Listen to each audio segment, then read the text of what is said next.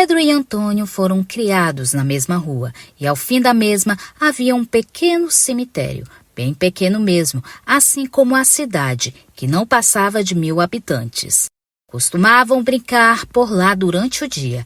Apesar das advertências das mães, elas sabiam respeitar o Campo Santo e não gostavam nem um pouco de ver os meninos chegarem em casa carregados de flores de cemitério.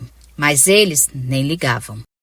À luz do dia, o cemitério parecia mais um parquinho, cheio de cruzes brancas. Volta e meia, eles acabavam derrubando uma, enquanto brincavam de pique-esconde. À noite, no entanto, nem se atreviam a passar por lá. Todo mundo sabia que as almas penadas acordavam quando os vivos ainda dormiam. Quer dizer, não se aventuravam enquanto ainda tinha 1 ou 10 anos de idade. Assim que começaram a crescer mais um pouco, foi dando aquela vontade doida de experimentar coisas novas. Aos poucos, começaram a explorar o cemitério à noite.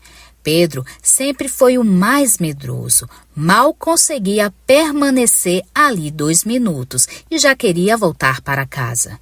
Tirando uma lâmpada mortiça pendurado acima do portão, não havia nenhuma luz lá dentro. Era preciso acostumar os olhos na escuridão. Só então conseguiam enxergar alguma coisa, mesmo assim, apenas sombras. Mas o pior era o silêncio absoluto, que fazia com que qualquer ruído parecesse imenso. Mosquito zumbindo, rato passando, sapo cachoando, vento uivando, folhas de árvores farfalhando. Antônio também morria de medo. Um dia tropeçou numa cruz que ainda não tinha tido tempo de ficar bem agarrado no chão. O pé dele enganchou na madeira, caindo de bruços na terra fofa e úmida. Tinha sido posta ali naquele mesmo dia. Pedro, tonto de pavor, tentou agarrar o amigo e na escuridão acabou cravando as unhas na mão gelada do seu tornozelo. Antônio nem pensou, ele foi logo no reflexo. No que sentiu a mão nervosa agarrar seu pé, deferiu um coice de arrancar até o defunto da cova. Acertou direto do queixo de Pedro. Na escuridão e no susto, nenhum dos dois sabia direito o que estava acontecendo. Só que era preciso sair dali o mais rápido possível. O cheiro da terra parecia cada vez mais forte. Antes de alguma outra coisa acontecer, conseguiram se levantar e correr. Só ao chegar na rua puderam compreender de fato o que tinha acontecido. O queixo de Pedro estava aberto, não deixava nenhuma dúvida com relação à assombração que tinha tentado agarrar o amigo. O problema, a partir daquele dia, é que Antônio ficou impossível. Cara, você já viu só? Meti o pé na cara da alma penada. Alma penada coisa nenhuma, idiota. Você me deu foi um coice na minha cara. Retrucava Pedro. Mas eu achava que era assombração. E se fosse, eu tinha dado um coice nela do mesmo jeito. Pronto, ninguém mais segurava mais o convencimento do cara. Agora já acreditava e contava para quem quisesse ouvir, que foi mesmo a mão do defunto enterrado naquele dia que tinha agarrado seu pé. Desfilava pela escola, todo herói. A cada relato aumentava um pouco a história. Tinha dado até para ver um pouquinho da cara do morto, com os olhos meio furados de vermes e os cantos da boca esverdeados. As unhas já tinham crescido depois da morte e estavam mais compridas do que as de uma mulher.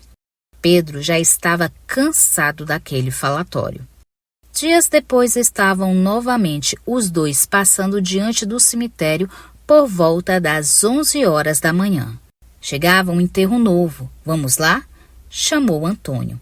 Pedro concordou. Era uma noiva. Ainda estava vestida de branco. Tinha morrido no dia do seu casamento, antes de começar a cerimônia. Resolveram acompanhar o caixão, só por curiosidade e porque a falecida era linda. O caixão já tinha baixado à sepultura e o coveiro jogava a terra por cima, quando o rapaz, transtornado, provavelmente o noivo, deu um passo à frente e jogou a aliança dentro da cova. Sem se importar com isso, o funcionário municipal continuou o seu serviço. Pedro e Antônio ainda ficaram por ali por um tempo, comentando o jeito das pessoas e fazendo piadas até que todos foram embora. Também já se preparavam para partir, quando Pedro viu uma coisa brilhando ao pé da cruz branca. Chegando mais perto, ele constatou: era a aliança que tinha ficado ali, enterrada só pela metade. Mais tarde, já na escola, Antônio sugeriu: vamos voltar lá para pegar a aliança? Aquilo era ouro. Dá para vender. Mas Pedro, já cansado das exibições do amigo, teve outra ideia. Hoje à noite você vai buscar. E ele completou: sozinho. Que é isso, cara? Tá brincando? Ué, você não é o herói que chutou a cara do defunto recém-enterrado? Não é você o destemidão do pedaço? Pois vá lá à noite. Vou avisar o pessoal. Dessa vez você vai ter uma plateia de verdade. Antônio ainda tentou escapar, mas não teve jeito. Pedro já estava convocando a turma para o espetáculo. 10 para meia-noite, 5 colegas, Pedro entre eles, esperavam Antônio na porta do cemitério. O menino não se atrasou. Afinal, agora não podia voltar atrás. Além de mentiroso, ia ser chamado de covarde. Passou pelo grupo com um olhar superior e mergulhou na escuridão morto de medo. Por sorte ou azar, a lua estava quase cheia. Não estava tão escuro como da outra vez. Era melhor para poder enxergar o caminho e chegar mais rapidamente à sepultura da noiva. Mas, por outro lado, a luz mortiça da lua jogava uma luminosidade sobrenatural por cima dos túmulos e das cruzes brancas. E desta vez, Antônio estava sozinho. Pedro tinha ficado com o grupo, esperando por ele no portão do cemitério. De onde estava, ainda podia se ouvir ao longe a risada dos companheiros. No entanto, o vento e o silêncio da noite, as vozes lhe chegavam a ser distorcidas, como se viesse mesmo de outro mundo. Decidiu ser rápido e não desviar o pensamento do seu objetivo. Caminhou até a sepultura da noiva e logo viu o anel. Seria impossível não vê-lo. Embora a luz da lua fosse pálida, a aliança brilhava como se refletisse o sol. Daria apenas para encontrar um lugar guiado apenas pelo clarão. Sem nem pensar direito no que fazia, estendeu a mão e pegou a joia. O problema é que os meninos viam tudo de longe. E Mariana, uma das meninas do grupo, resolveu fazer uma gracinha. Engrossou a voz e disse: Antônio, me dá seu dedinho que vou pôr a aliança nele. Era apenas uma piada, mas com a distância, o silêncio e o vento leve da noite, o som chegou distorcido aos ouvidos de Antônio. Parecia mesmo que a noiva defunta estava falando com ele. Todo o pavor que tinha controlado até aquele momento eclodiu com uma bomba de adrenalina. Ele não berrou por conta da garganta que estava tão contraída que nenhum som sairia dali. Mas correu como se tivesse 1000 pernas e uma mão só fechada com força sobre a prova de sua valentia. Chegou ofegante ao portão e olhou para o grupo e estendeu a mão para exibir a comprovação de sua coragem. Mas a mão estava vazia. Na correria tinha perdido a aliança. No final das contas, o passeio macabro terminou em risada. Antônio sabia que seria alvo de chacotas por algum tempo, mas nem se importava tanto assim. Só queria chegar em casa para dormir e esquecer. No começo não pareceu ser tão difícil. Sua mãe já dormia, mas tinha deixado um lanche sob o fogão. Aos poucos, a sensação do leite morno descendo pela garganta foi reduzindo a velocidade das batidas de seu coração e o sono foi chegando. Teve a sensação de adormecer antes mesmo de botar a cabeça no travesseiro. Subitamente acordou no meio da noite, totalmente desperto. O quarto estava gelado, o que não era comum naquela época do ano. Não havia vento, a janela estava fechada. Ainda assim, a temperatura caía a cada minuto, ao ponto de provocar calafrios. Então veio o medo, veio concentrado com todo o pavor das aventuras da noite que lhe chegasse de uma só vez. Sentiu-se observado e fechou os olhos com força. Sabia o que veria caso ele abrisse. Tinha certeza que era ela, a noiva. Podia-se sentir sua presença, seus olhos vazios encravados nele, seu corpo imóvel no pé do quarto. E desta vez não era brincadeira da Mariana, era a voz da morta dizendo o mesmo, e que se fazia audível: devolva minha aliança. Assim como chegou, a aparição partiu. No minuto seguinte, o quarto já recuperava sua temperatura e tudo parecia completamente normal. Mas Antônio acreditava ser um sonho. Logo seus olhos ficaram pesados e voltou a mergulhar no sono. Procurou Pedro logo de manhã e contou tudo. O amigo não levou a história a sério. Você deve ter sonhado. Do jeito que você saiu apavorado do cemitério, só pode ser.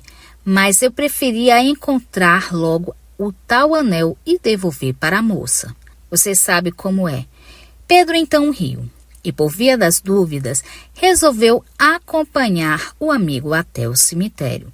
Afinal, a manhã estava linda e ensolarada e eles não tinham mais nada de interessante para fazer. O problema é que nem a luz do sol ajudava. A aliança tinha desaparecido. Vasculharam tudo, refizeram 10 vezes o mesmo caminho que percorreu Antônio na noite anterior e nada de achar, nem sinal do anel. À noite, Antônio estava inquieto. Tomou um chá de capim-cidreira para acalmar e foi para a cama. Assim como na noite anterior, dormiu rapidamente, mas como na noite anterior, despertou antes da madrugada. O mesmo ar gelado em seu rosto, a mesma certeza que havia uma presença em seu quarto, a mesma convicção que era a noiva e a mesma voz: devolva a minha aliança. Na manhã seguinte acordou exausto. Pedro notou o abatimento do amigo. Aconteceu de novo, cara? Não é possível. Dessa vez não foi sonho. Foi a defunta mesmo. Então os dois voltaram ao cemitério e novamente perderam um dia tentando encontrar a aliança. Impossível. Parecia que havia sido tragado pela terra. A aparição retornou mais 4 noites seguidas, sempre igual. Os mesmos olhos vazios, a mesma boca que não se mexia enquanto falava, as mesmas mãos caindo ao longo do corpo. Finalmente, na sexta-feira à noite, a noiva disse: se você for até a minha cova amanhã à noite e me pedir desculpas, prometo que nunca mais apareço. Mas você precisa ir sozinho. Dessa vez, Antônio viu ela desaparecer lentamente, enquanto o quarto retomava sua temperatura habitual e decidiu ir. Na noite seguinte, cumpriu o prometido. Dirigiu-se sozinho ao cemitério, enfrentou a escuridão e o pavor chegou ao local do encontro marcado. Realmente, pretendia pedir desculpas à noiva. Além disso, pensava em rezar também um Pai Nosso, uma Ave Maria como garantia. Mas, assim que se aproximou da sepultura, sentiu já conhecido o ar gelado em sua espinha. Não teve coragem de olhar para trás. Sabia que ela estava ali e que não deixaria fugir. Queria rezar, queria pedir desculpas, mas a garganta se apertava de tal modo que não permitia a passagem de som algum. Sufocava de pavor. Queria falar e não podia. Queria gritar e não podia. Queria respirar e não respirava. Mas até isso era impossível. Então correu de olhos fechados para não ver o que sabia que estava ali. Correu tropeçando enlouquecido, estendendo os braços para a frente, como se pudesse agarrar alguma salvação. Correu sabendo que nunca mais conseguiria dormir. Subitamente sentiu que seu pé se prendia em alguma coisa, e no momento seguinte seu rosto estava mergulhado num monte de terra recém-removida. O cheiro da morte entrou profundamente por suas narinas. Queria se levantar, mas o pavor o imobilizava. Dobrou os joelhos tentando ficar de gatinhas, mas um puxão forte o derrubou novamente de bruços. Foi então que viu um baque surdo e sentiu uma dor terrível no dedo anelar da sua mão. Em seguida percebeu que a criatura tinha partido. Uma paz imensa tomava conta do ambiente. Os mortos dormiam seu sono infinito e Antônio já conseguia se mover. Levantou-se devagar e olhou para a mão esquerda, e seu dedo tinha sido decepado. Embrulhando a mão ensanguentada na camisa e foi andando lentamente para casa. Pela primeira vez em muitos dias, sentiu que dormia sem sobressalto. Deixou que sua mãe cuidasse do seu ferimento e lhe desse um copo de leite morno. Foi para a cama e logo adormeceu. No entanto, à meia-noite, seus olhos se abriram, como se alguém tivesse ordenando que fosse assim. A mulher estava parada à sua frente. No entanto, ela sorria. Um sorriso vazio, isolado do resto do rosto, que permanecia inexpressivo. Desta vez, a mão esquerda não estava caída ao longo do corpo. Acenava para ele, como se desse um tchauzinho em câmera lenta. Antônio não pôde deixar de notar. O dedo esquerdo da noiva exibia uma reluzente aliança de ouro.